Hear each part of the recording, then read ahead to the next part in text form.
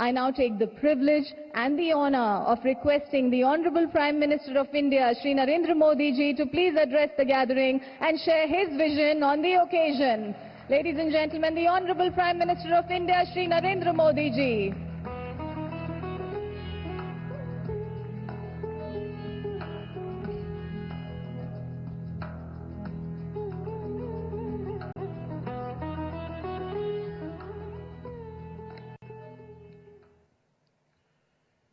गुजरात के गवर्नर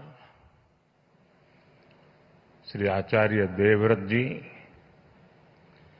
गुजरात के मुख्यमंत्री श्रीमान भूपेंद्र भाई पटेल, आंध्र प्रदेश के मुख्यमंत्री श्रीमान चंद्रबाबू नायडू जी, राजस्थान के मुख्यमंत्री श्रीमान भजनलाल शर्मा जी, मध्य प्रदेश के मुख्यमंत्री श्रीमान मोहन यादव जी, छत्तीसगढ़ के मुख्यमंत्री जी भी यहां देख रहा हूं मैं, गोवा के मुख्यमंत्री दिखाई दे रहे हैं और कई राज्यों के ऊर्जा मंत्री भी मुझे नजर आ रहे हैं। उसी प्रकार से विदेश के मेहमान, जर्मनी की इकोनॉमिक कोऑपरेशन मिनिस्टर, डेनमार्क के इंडस्ट्री बिजनेस मिनिस्टर, मंत्रिमंडल के मेरे साथी प्रहलाद जोशी, श्रीपद नाइक जी और दुनिया के कई देशों से आए हुए सभी डेलीगेट्स,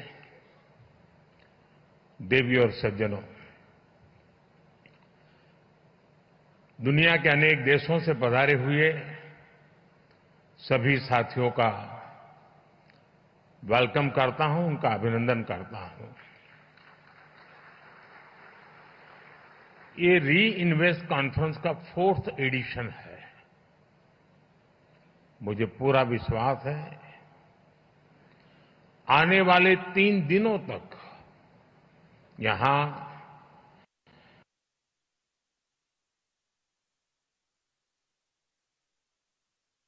पर सीरियस डिस्कशन होगा। यहां हमारे सीनियर मोस्ट सारे चीफ मिनिस्टर्स भी हमारे बीच हैं। उनका अपना भी इस क्षेत्र में बहुत अनुभव है। इन चर्चाओं में हमें उनका भी मूल्यवान मार्गदर्शन मिलने वाला है। इस कॉन्फ्रेंस से हम जो एक दूसरे से सीखेंगे वो पूरी ह्यूमैनिटी की भलाई के काम आएगा। मेरी शुभकामनाएं आप सबके साथ हैं। फ्रेंड्स, आप सभी जानते हैं कि भारत की जनता ने 60 साल बाद लगातार किसी सरकार को 3rd टर्म दिया है।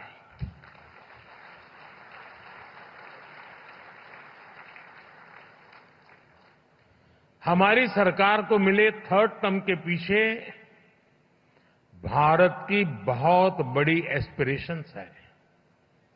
आज 140 करोड़ भारतवासियों को भरोसा है, भारत के युवाओं को भरोसा है, भारत की महिलाओं को भरोसा है कि उनकी एस्पिरेशंस को पिछले 10 साल में जो पंख लगे हैं वो इस 3rd टर्म में एक नई उड़ान भरेंगे।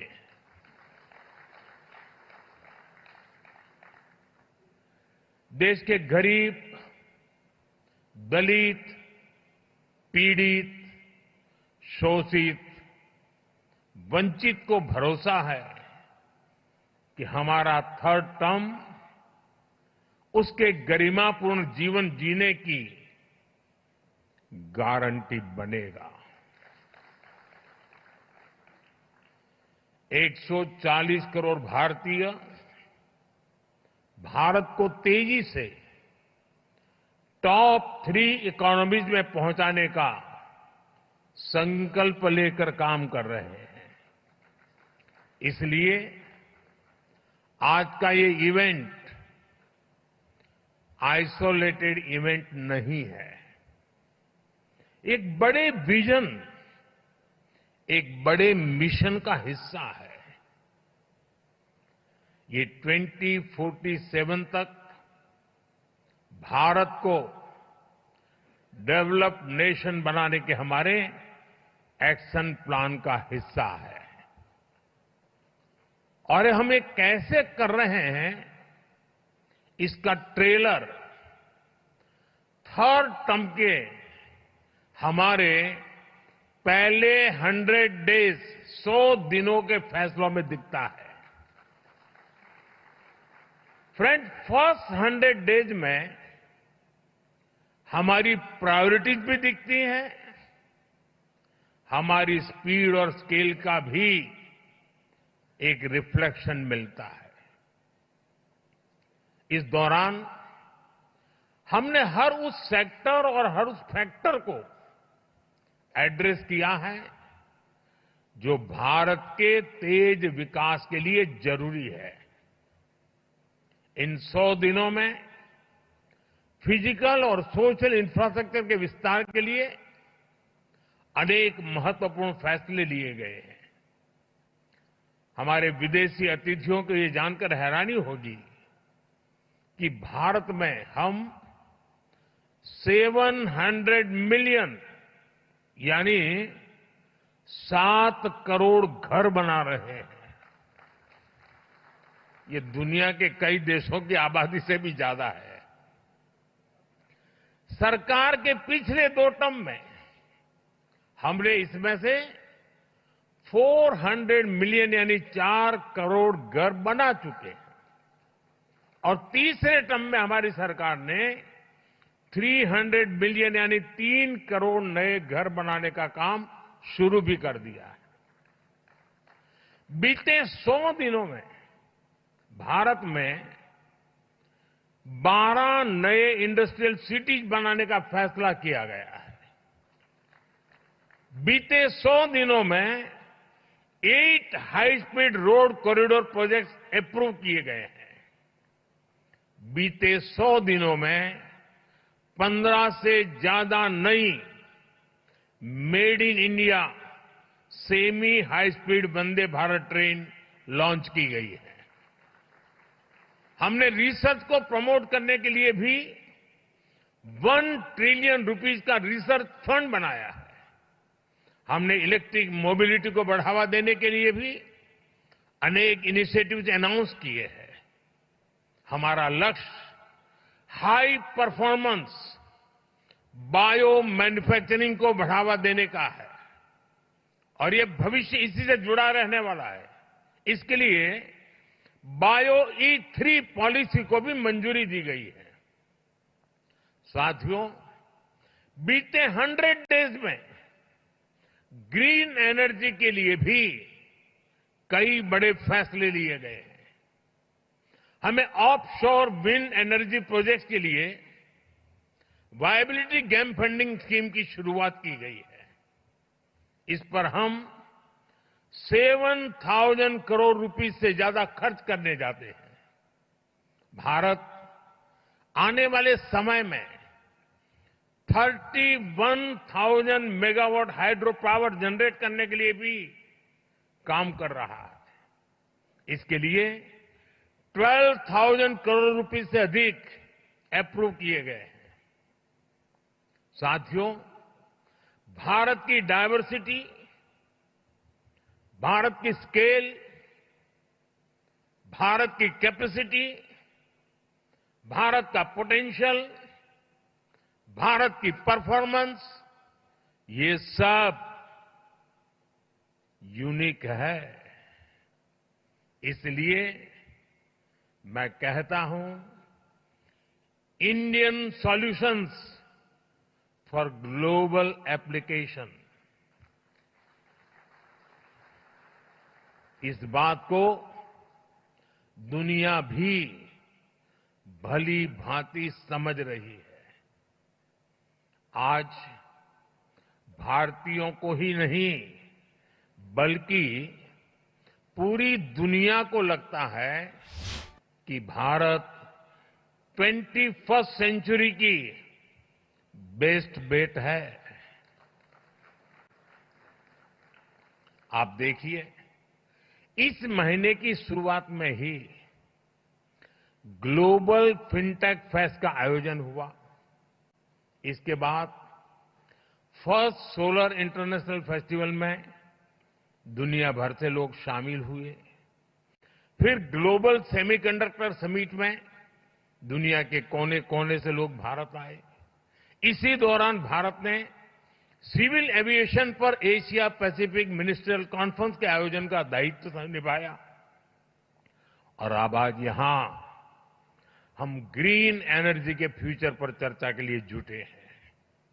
फ्रेंड्स, मेरे लिए ये बहुत सुखद संयोग है कि गुजरात की जिस धरती पर श्वेत क्रांति, मिल्क रिवॉल्यूशन का उदय हुआ, जिस धरती पर मधु क्रांति, स्वीट रिवॉल्यूशन, शहद का काम, उसका उदय हुआ, जिस धरती पर सूर्य क्रांति, सोलर रिवॉल्यूशन का उदय हुआ, वहां ये भव्य आयोजन हो रहा है। गुजरात भारत का वो राज्य है जिसने भारत में सबसे पहले अपनी सोलर पावर पॉलिसी बनाई थी। पहले गुजरात में पॉलिसी बनी, इसके बाद हम नेशनल लेवल पर आगे बढ़े। दुनिया में, जैसा अभी भूपेंद्र भाई ने बताया, क्लाइमेट के लिए अलग से मिनिस्ट्री बनाने वालों में भी गुजरात बहुत आगे था। जिस समय भारत में सोलर पावर की बहुत चर्चा भी नहीं थी, गुजरात में सैकड़ों मेगावाट के सोलर प्लांट लग रहे थे। साथियों, आपने भी देखा होगा, ये जो वेन्यू है, इसका नाम महात्मा गांधी के नाम पर है, महात्मा मंदिर। जब दुनिया में क्लाइमेट चैलेंज का विषय उभरा भी नहीं था, तब महात्मा गांधी ने दुनिया को सचेत किया था। और महात्मा गांधी का जीवन देखेंगे तो मिनिमम कार्बन फुटप्रिंट वाला जीवन था। वो प्रकृति के प्रेम को जीते थे और उन्होंने कहा था, धरती के पास हमारी नीड को पूरा करने के लिए पर्याप्त रिसोर्सेज है, लेकिन ग्रीड को पूरा नहीं किया जा सकता। महात्मा गांधी का ये विजन भारत की महान परंपरा से निकला है। हमारे लिए ग्रीन फ्यूचर, नेट जीरो, ये कोई फैंसी वर्ड्स नहीं है। ये भारत की जरूरत है, ये भारत का कमिटमेंट है, भारत की हर राज्य सरकार का कमिटमेंट है। एक डेवलपिंग इकोनॉमी के नाते हमारे पास भी इन कमिटमेंट से बाहर रहने का जायज बहाना था। हम दुनिया को कह सकते थे कि विश्व को तबाह करने में हमारी कोई भूमिका नहीं है, लेकिन हमने ऐसा करके हाथ ऊपर नहीं किए। हम मानव जात के उज्जवल भविष्य की चिंता करने वाले लोग थे और इसलिए हमने दुनिया को राह दिखे उस प्रकार से जिम्मेवारी के साथ अनगिनत कदम उठाए हैं। आज का भारत सिर्फ आज का नहीं, बल्कि आने वाले 1000 साल का बेस तैयार कर रहा है। हमारा मकसद सिर्फ टॉप पर पहुंचना ही नहीं है, हमारी तैयारी टॉप पर सस्टेन करने की है। भारत इस बात को भली भांति जानता है। हमारी एनर्जी नीड्स क्या है, भारत जानता है। 2047 तक डेवलप्ड नेशन बनाने के लिए हमारी रिक्वायरमेंट्स क्या है, और हम ये भी जानते हैं कि हमारे पास अपने ऑयल और गैस के भंडार नहीं है। हम एनर्जी इंडिपेंडेंट नहीं है, और इसलिए हमने solar power, wind power, nuclear और हाइड्रो पावर के दम पर अपने फ्यूचर को बिल्ड करने का फैसला लिया है।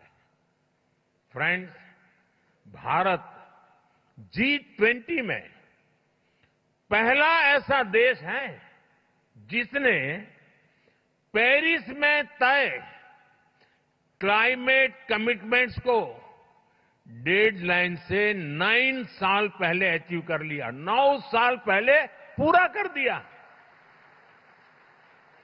और G20 देशों के समूह में हम अकेले हैं जिसने करके दिखाया है। जो डेवलप्ड नेशन नहीं कर पाए, वो एक डेवलपिंग नेशन ने दुनिया को करके दिखाया है। अब 2030 तक 500 गीगावाट रिन्यूएबल एनर्जी के टारगेट को अचीव करने के लिए हम एक साथ कई स्तर पर काम कर रहे हैं। हम ग्रीन ट्रांजिशन को पीपल्स मूवमेंट बना रहे हैं। आप सभी को, अभी आपने वीडियो भी देखा, हमारी पीएम सूर्यघर मुफ्त बिजली स्कीम को स्टडी करना चाहिए। ये रूफटॉप सोलर की एक यूनिक स्कीम है। इसके तहत हम रूफटॉप सोलर सेटअप के लिए हर फैमिली को फंड कर रहे हैं, इंस्टॉलेशन में मदद कर रहे हैं। इस एक योजना से भारत का हर घर एक पावर प्रोड्यूसर बनने जा रहा है। अब तक 13 मिलियन यानी 1,30,00,000 से ज्यादा फैमिलीज इसमें रजिस्टर कर चुकी हैं। अभी तक 3.25 लाख घरों में इस योजना के तहत इंस्टॉलेशन का काम पूरा भी हो चुका है। साथियों, पीएम सूर्यघर मुफ्त बिजली योजना के जो रिजल्ट आने शुरू हुए हैं, ये रिजल्ट अपने आप अद्भुत है। एक छोटा परिवार जिसकी महीने में 250 यूनिट बिजली की खपत है और जो 100 यूनिट बिजली पैदा करके ग्रिड में बेच रहा है, उसे साल में करीब करीब 25,000 रुपए की कुल बचत होगी। यानी लोगों का जो बिजली बिल बचेगा और जो वो कमाएंगे, उससे उनको करीब 25,000 रुपए का फायदा होगा। अगर इस पैसे को वो पीपीए में डालते हैं, पीपीएफ में डाल देते हैं, और घर में मानो बेटी का जन्म हुआ है, 1 साल की बेटी है, तो 20 साल बाद 10-12 लाख रुपए से ज्यादा उनके पास होंगे। आप कल्पना कर सकते हैं, बच्चों की पढ़ाई लिखाई से लेकर शादी ब्याह तक ये पैसा बहुत काम आएगा। साथियों, इस स्कीम से 2 और बड़े लाभ हैं। ये स्कीम इलेक्ट्रिसिटी के साथ साथ एम्प्लॉयमेंट जनरेशन और एनवायरमेंट प्रोटेक्शन का भी माध्यम बन रही है। ग्रीन जॉब बहुत तेजी से बढ़ने वाले हैं। हजारों वेंडर्स की जरूरत पड़ेगी। लाखों लोग इसको इंस्टॉल करने के लिए लगेंगे। इस योजना से करीब 2 मिलियन यानी 20 लाख रोजगार पैदा होंगे। पीएम सूर्यघर स्कीम के तहत 3 लाख नौजवानों को स्किल मैन पावर के तौर पर तैयार करने का लक्ष्य है। इनमें से 1 लाख नौजवान तो सोलर पीवी टेक्नीशियंस भी होंगे।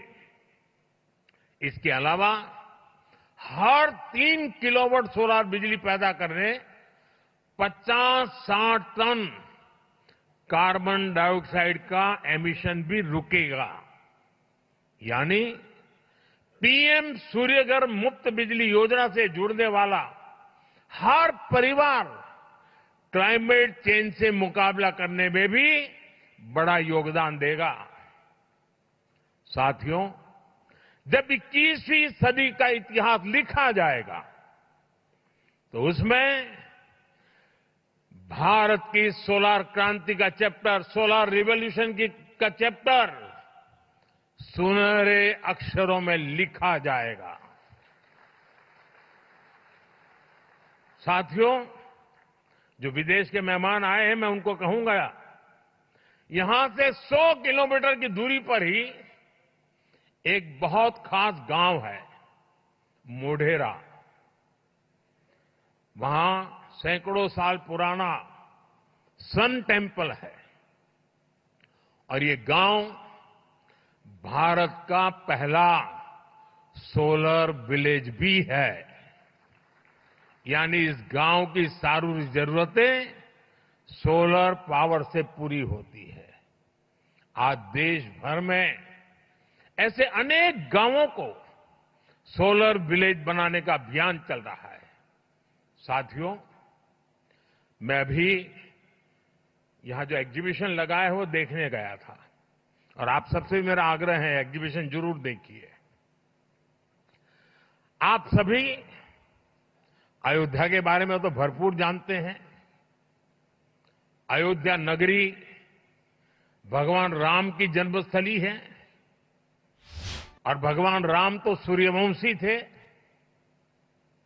और मैं अभी जब प्रदर्शनी देख रहा था तो वहां उत्तर प्रदेश का स्टॉल देखा, क्योंकि मैं काशी का सांसद हूं, उत्तर प्रदेश वाला भी बन गया हूं, तो मैं स्वाभाविक है मैं उत्तर प्रदेश का स्टॉल देखने गया। और मेरी जो इच्छा थी, आज मुझे रिपोर्ट कर रहे थे कि वो मेरी इच्छा उन्होंने पूरी कर दी है। भगवान राम का भव्य मंदिर तो बना है, लेकिन मैं दुनिया को बताना चाहता हूं, अब उस अयोध्या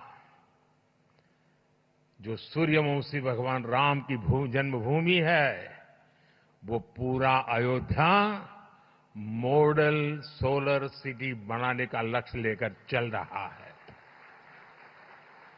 करीब करीब काम पूरा होने आया है। हमारा प्रयास है कि अयोध्या का हर घर, हर कार्यालय, हर सेवा सौर शक्ति से चले, सोलर एनर्जी से चले। और मुझे खुशी है कि अब तक हम अयोध्या के अनेकों सुविधाओं और घरों को सोलर एनर्जी से जोड़ चुके हैं। अयोध्या में बड़ी संख्या में सोलर स्ट्रीट लाइट्स, सोलर चौराहे, solar boards, solar water ATM और सोलर बिल्डिंग देखी जा सकती है। हमने भारत में ऐसे 17 शहरों की पहचान की है, जिसे हम इसी प्रकार सोलर सिटी के तौर पर विकसित करना चाहते हैं। हम अपने एग्रीकल्चर फील्ड्स को, हमारे खेतों को भी, हमारे किसानों को आत्मनिर्भर बनाने के लिए सोलर पावर जनरेशन का माध्यम बना रहे हैं। आज किसानों को इरिगेशन के लिए सोलर पंप और छोटे सोलर प्लांट लगाने के लिए मदद दी जा रही है। भारत आज रिन्यूएबल एनर्जी से जुड़े हर सेक्टर में बड़ी स्पीड और बड़े स्केल पर काम कर रहा है। बीते दशक में हमने न्यूक्लियर एनर्जी से पहले की तुलना में 35% ज्यादा बिजली पैदा की है। भारत ग्रीन हाइड्रोजन के क्षेत्र में ग्लोबल लीडर बनने का प्रयास कर रहा है। इसके लिए हमने करीब 20,000 करोड़ रुपए का ग्रीन हाइड्रोजन मिशन लॉन्च किया है। आज भारत में वेस्ट टू एनर्जी का भी एक बहुत बड़ा अभियान चल रहा है। क्रिटिकल मिनरल से जुड़े चैलेंजेस को एड्रेस करने के लिए हम सर्कुलर अप्रोच को प्रमोट कर रहे हैं।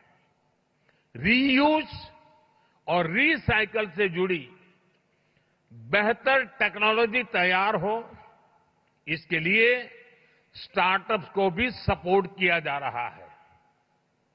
साथियों, प्रो प्लेनेट पीपल का सिद्धांत हमारा कमिटमेंट है। इसलिए भारत ने दुनिया को मिशन लाइफ यानी लाइफ स्टाइल फॉर एनवायरमेंट का विजन दिया है।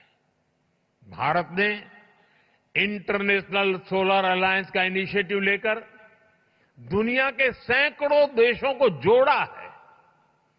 भारत की G20 प्रेसिडेंसी के दौरान भी ग्रीन ट्रांजिशन पर भी हमारा बहुत फोकस रहा है। G20 समिट के दौरान ग्लोबल बायोफ्यूल अलायंस भी लॉन्च किया गया था। भारत ने अपनी रेलवे को इस दशक के अंत तक नेट जीरो बनाने का भी लक्ष्य रखा है। कुछ लोगों को लगेगा भारत की रेलवे नेट जीरो हो मतलब क्या है, जरा मैं उनको बताता हूं।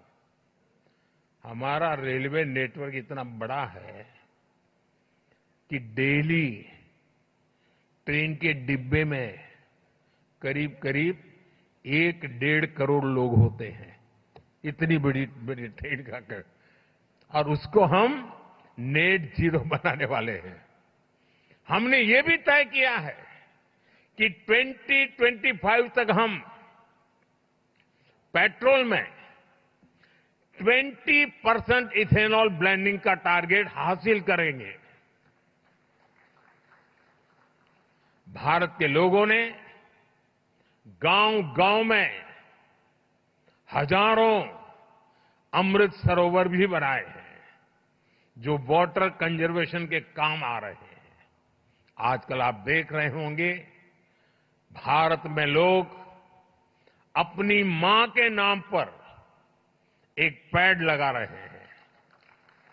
एक पेड़ मां के नाम।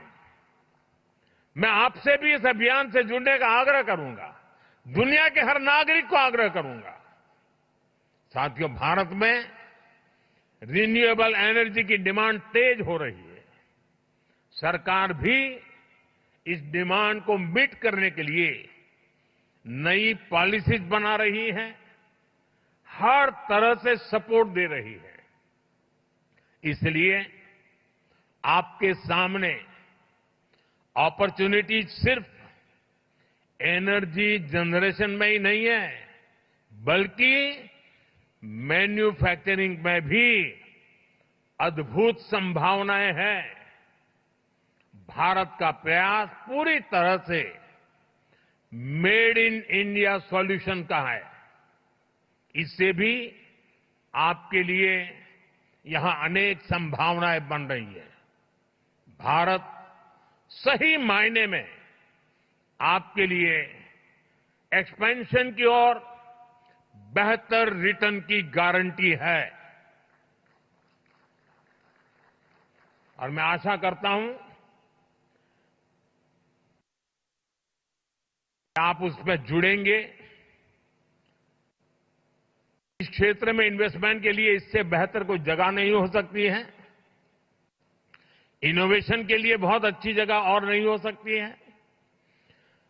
और मैं कभी कभी सोचता हूं, हमारे मीडिया में कभी कभी गॉसिप कॉलम आती है, बड़ी चटाकेदार होती है, मजेदार होती है कभी कभी, लेकिन उनका एक बात पर ध्यान नहीं गया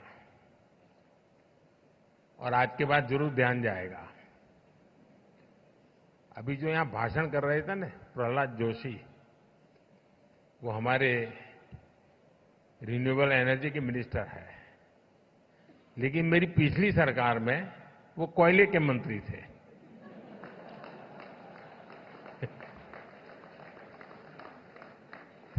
तो देखिए मेरा मंत्री भी कोयले से रिन्यूएबल एनर्जी की तरफ चला गया।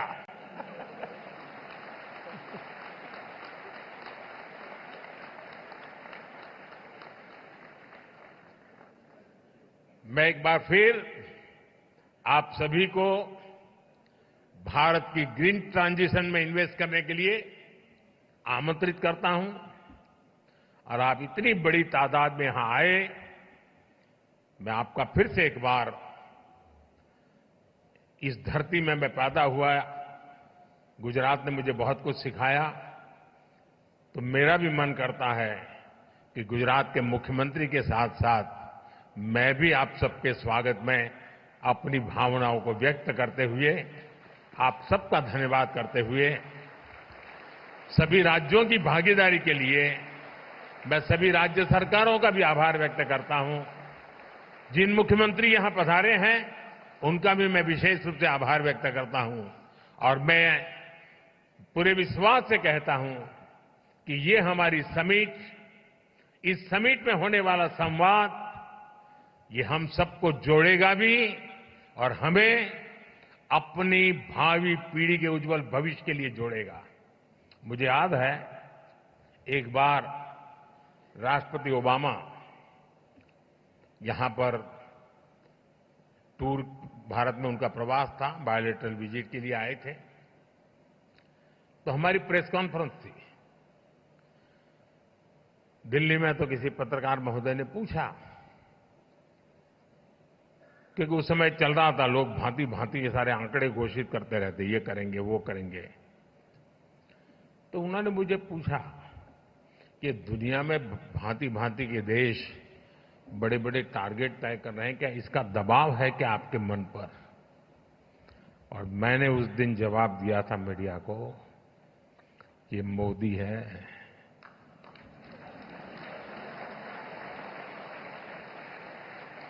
यहां किसी का दबाव नहीं चलता है। फिर मैंने कहा था कि हां, मुझ पर दबाव है और वो दबाव है हमारी भावी पीढ़ी के संतानों का, उनके सब जो जन्मे भी नहीं है लेकिन उनके उज्जवल भविष्य की चिंता मुझे सताती रही है और इसलिए आने वाली पीढ़ियों के कल्याण के लिए काम मैं कर रहा हूं। और आज भी ये समिट हमारे बाद दूसरी, तीसरी, चौथी पीढ़ी के उज्जवल भविष्य की गारंटी बनने वाली है। उतना बड़ा काम करने के लिए आप यहां आए हैं, महात्मा गांधी के नाम पर बने इस महात्मा मंदिर में आए हैं। मैं फिर एक बार आप सबका हृदय से बहुत बहुत धन्यवाद करता हूं। नमस्कार। बहुत धन्यवाद माननीय प्रधानमंत्री जी। इस महत्वपूर्ण क्षण में हम हमारे आदरणीय प्रधानमंत्री जी श्री नरेंद्र मोदी जी के प्रति हार्दिक आभार व्यक्त करते हैं। माननीय प्रधानमंत्री जी के गतिशील और दूरदर्शी नेतृत्व में भारत के नवीकरणीय ऊर्जा परिदृश्य को एक नवीन आकार प्रदान हुआ है। आपकी अटूट प्रतिबद्धता हम सभी के लिए प्रेरणा का प्रतीक रहा है। We thank the Honorable Prime Minister for his inspiring address, ladies and gentlemen, that will propel the sector to strive even harder to achieve the vision of our Honorable Prime Minister of India. Esteemed dignitaries, ladies and gentlemen, let's have a resounding round of applause once again for the Honorable Prime Minister of India, Shri Narendra Modi ji.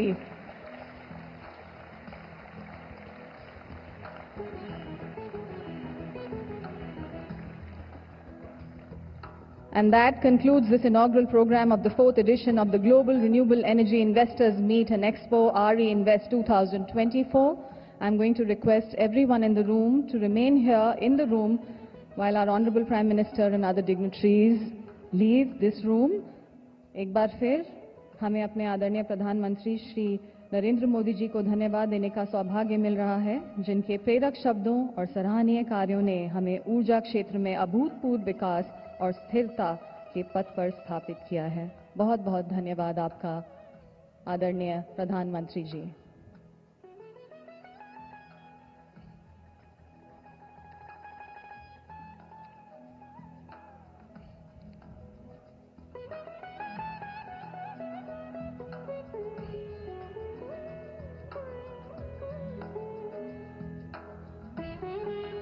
We thank the Honorable Prime Minister of India once again, Shri Narendra Modi ji, for his leadership that has driven unprecedented growth and innovation in this sector, making India a pivotal player on the global stage and inspiring countries around the world to follow in his footsteps towards a sustainable future. बहुत बहुत आभार एक बार फिर आपका।